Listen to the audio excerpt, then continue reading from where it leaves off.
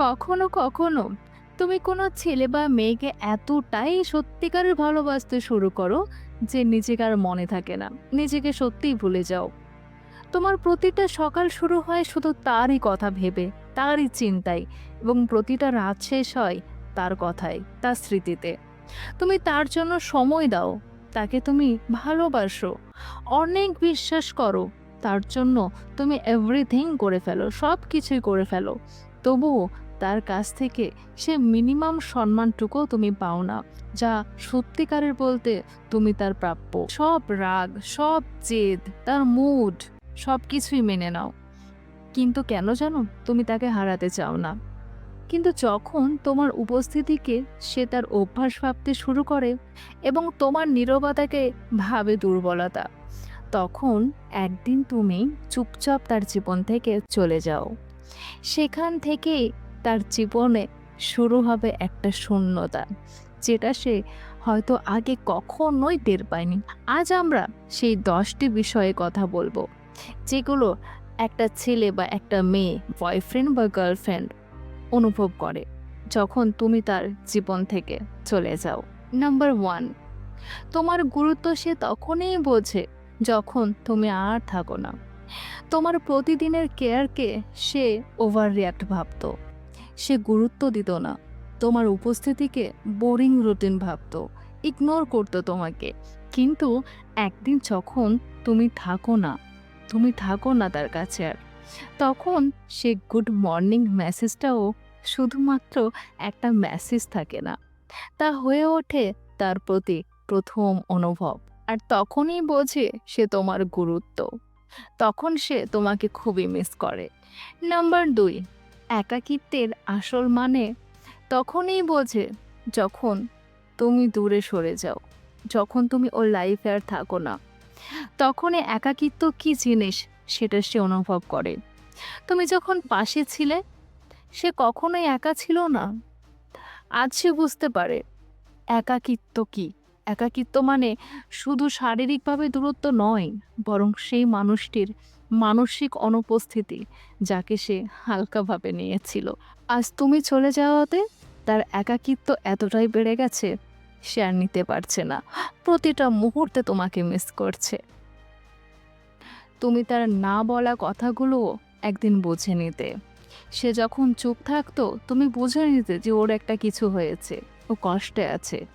আজ কি জানো, আজ সে যখন কিছু বলে তখন কেউ তার কথার পেছনে যন্ত্রণা বোঝে না, কেউ তার সঙ্গে নেই। তার নীরব কথা আর কেউ বুঝে উঠতে পারে না। যখন তুমি ছিলে, তুমি নীরব কথাটা বুঝে যেতে, কারণ তুমি তো তাকে সত্যিই মন থেকে ভালোবেসেছিলে। আর আজকে দেখো, সে তার যন্ত্রণা কাউকে শেয়ার করতে পারে না। তার মনের কথা আর বোঝার মতো কেউ থাকে না। আজ সে মনের কথা বললেও তাকে বোঝার মতো কেউ নেই। তখন তুমি পাগলের মতো ভালোবাসতে, তাই তুমিই তো বুঝতে পারতে।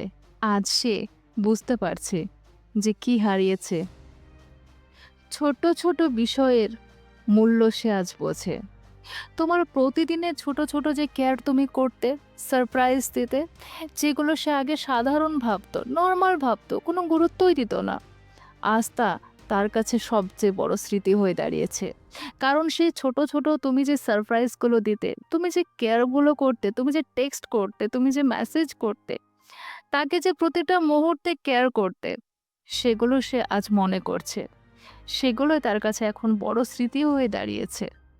আজ তুমি তার জীবন থেকে চলে না গেলে এই মূল্যটা সে কখনোই বুঝতো না। জানো, ঝগড়ার মধ্যেও যে ভালোবাসা ছিল তা আজ সে টের পায়।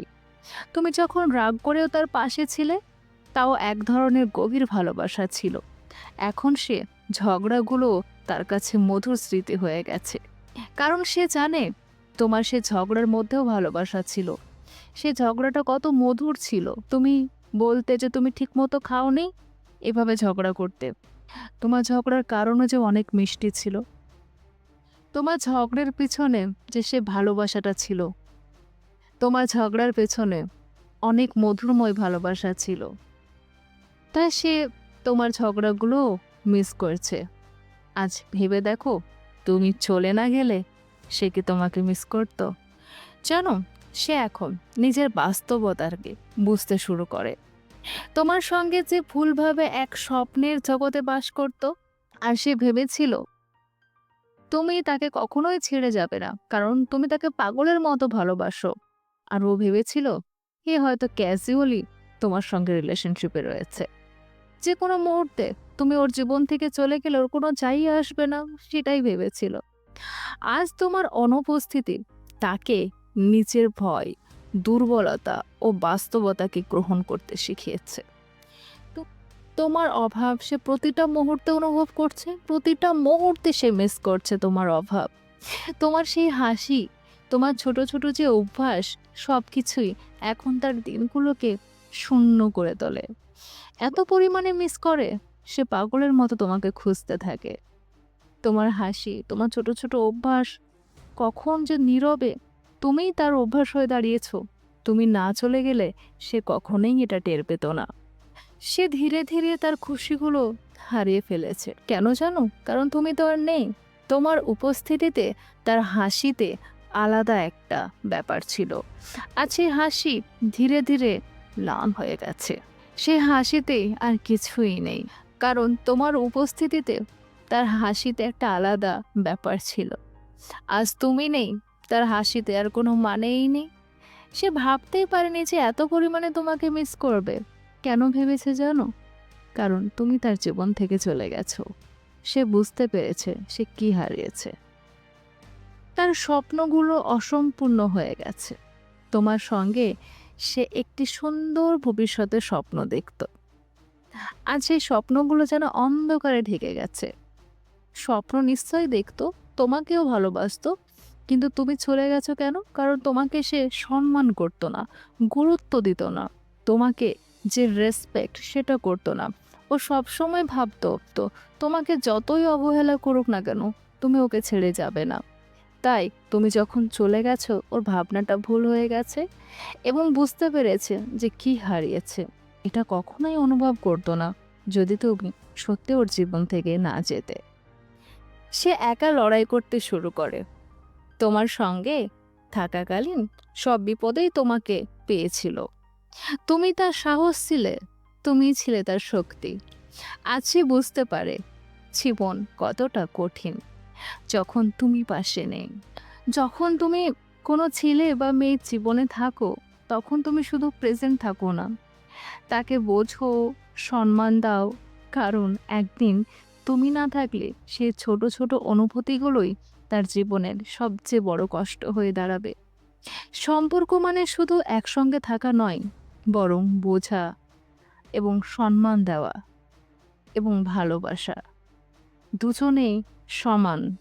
দুজনেরই ভালোবাসা সেম লেভেলের হওয়া উচিত। একজন আমরা এফোর্ট দিয়ে যাব, আর একজন শুধু আমাকে অবহেলা করবে। এটা কি ধরনের ভালোবাসা?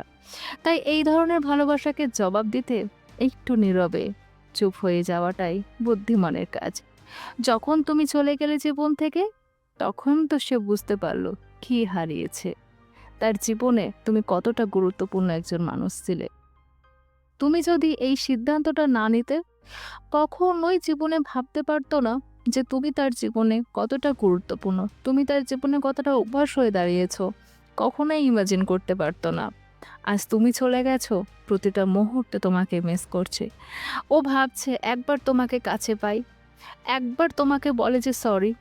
ও দ্বিতীয়বার যখন তোমাকে পাবে, তখন এত পরিমাণে সম্মান করবে, ভাবতে পারবে না, কল্পনা করতে পারবে না। যেটার তুমি যোগ্য সেটা তুমি ওর কাছ থেকেই পাবে। ভিডিওটা যদি সত্যিই ভালো লেগে থাকে, তাহলে সাবস্ক্রাইব অবশ্য করবে এবং লাইক অবশ্য করবে।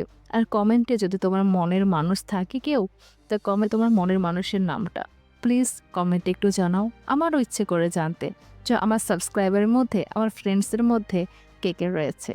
ভালো থাকবে, সুস্থ থাকবে, হেলদি মোটিভ সবসময় সঙ্গে রয়েছে।